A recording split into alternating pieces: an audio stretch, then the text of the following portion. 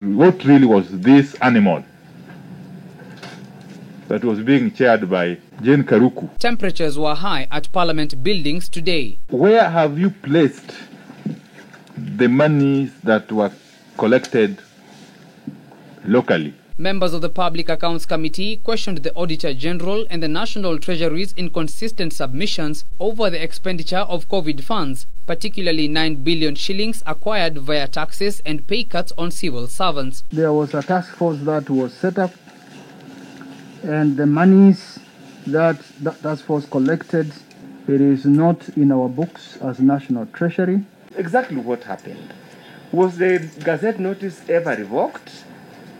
Or was there a very well calculated scheme to get the management of the funds out of public scrutiny? The amount in question, sourced by the National Treasury, was managed by a funds board that emanated from the Emergency Response Committee, which later transformed into a company dubbed Kenya COVID-19 Emergency Fund Limited, a move termed as an illegality by committee members. At what point in time, was it before or after the incorporation of a private company, that the government entities actually contributed money close to 340 million towards this fund? At what point? Treasury Principal Secretary Dr. Julius Muya, however, pegged his argument on the private company, citing his exclusion as a member. We have 27th of March legal notice.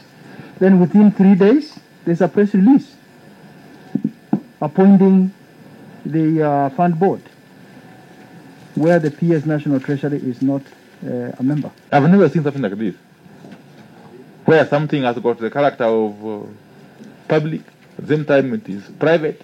The National Treasury, however, says that Kenya received a total of over 224 billion shillings in loans from development partners. Through the period, Kenya has spent over 166 billion shillings, leaving a balance of 57 billion shillings. With respect to legality or illegality, I would like to submit to the Attorney General in terms of that judgment, because he is the advisor of government. I submit, Chair. It is a conversation that is once again coming to the limelight, with questions on how a committee appointed to source and administer COVID funds used an unknown amount of capital out of 9 billion shillings public funds.